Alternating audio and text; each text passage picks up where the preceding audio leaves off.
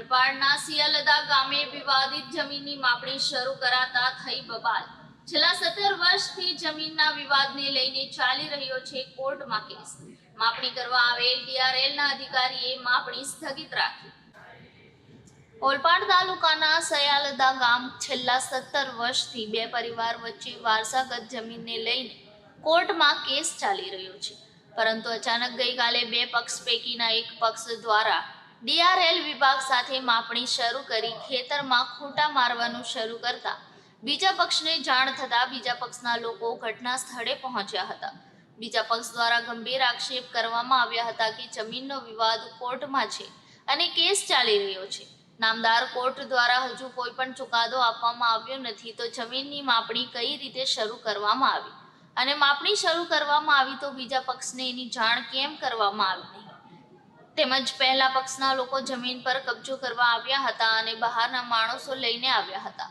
જો કે બીજા પક્ષના લોકોએ 100 નંબર પર ફોન કરતા કીમ પોલીસ ઘટના સ્થળે પહોંચી હતી। જો કે ડીઆરએલના અધિકારીઓને સમગ્ર વિવાદ કોર્ટમાં હોવાનું જાણ થતાં ડીઆરએલના અધિકારીઓએ તરત જ જમીન માપણી અટકાવી દીધી હતી અને જમીનની યથાવત સ્થિતિમાં રાખી સ્થળ પર થઈ રાવણ થઈ ગયા હતા। જી, આપનું નામ? મારું નામ હિરેન કુમાર હસમુભાઈ પટેલ। મારો હોદ્દો છે ડીએલઆર ની અંદર લાયસન્સ તરીકે કામ કરું છું। 1429 મારો લાયસન્સ નંબર છે।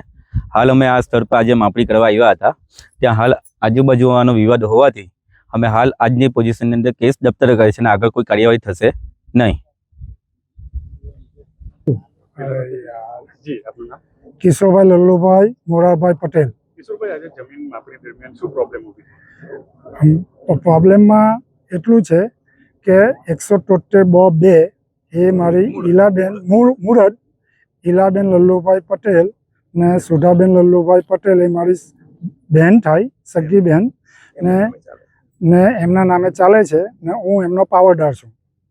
મેં સરકારી ડીએલઆરમાં માપણી માટે પૈસા ભરીને હું માપણી કરાવું છું। એક એ પછી સર્વે નંબર 86 એ મારી પોતાની છે। આપણે 86ની નકલમાં પણ મારું કિશોરભાઈ લલ્લુભાઈ પટેલ, હિનાબેન કિશોરભાઈ પટેલ, પૂરણભાઈ કિશોરભાઈ પટેલ ને ઉર્વીબેન કિશોરભાઈ પટેલના નામે ચાલે છે। એ પણ મેં સરકારી ડીએલઆરમાં પૈસા ભરીને માપણી હું કરાવવા માટે અરજી કરેલી ને માપણીવાળા આવેલા।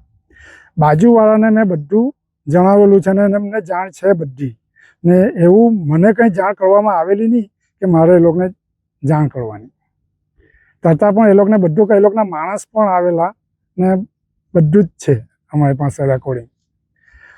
હવે ને એ લોકોએ મારા જે માપણી કરીને જે ખૂટ માર્યા તે એ લોકોએ ઉખાડી કાઢ્યા છે, એટલે મેં 100 નંબર પર ફોન કર્યો ને પોલીસને બોલાવ્યા। ગઈકાલ મારી જ જમીનમાં ખૂટ મારવામાં આવેલા 86 ને 173(2) બંનેમાં ને આપણે ગઈકાલે એ લોકોએ 100 નંબર પર ફોન કરેલો, એનો મેં જવાબ પણ આપી આવ્યો છે પોલીસ ચોકીમાં ને ત્યાં મારી નકલ પણ આપી આવ્યો છું ને ત્યાં પણ જાણ કરેલી કે માપણીવાળા આવવાના છે।